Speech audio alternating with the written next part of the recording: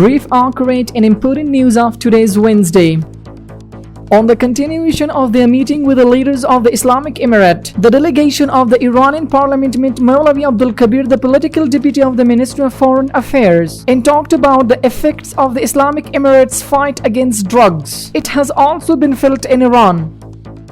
The Embassy of Afghanistan in Islamabad says that 75 Afghan prisoners were released from the prisons of Sindh state of Pakistan, and they were released at the expense of the government on the 7th month of 14/2 by the efforts of the Afghan Embassy in Islamabad and the General Consulate of the country in Karachi. They were sent to their country. It is worth mentioning that up to 2,516 Afghan prisoners have been released from various Pakistani prisons and returned to their country due to the efforts of the Islamic Emirate of Afghanistan.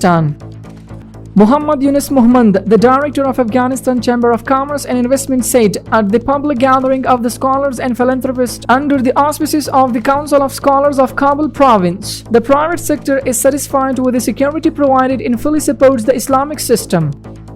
In a surveillance operation, the Balkh Anti-Terrorism Police discovered and seized a large stockpile of weapons, including 37 AK-47, 1 M16E4 and 9 other military equipment, and the police arrested 3 people in this case.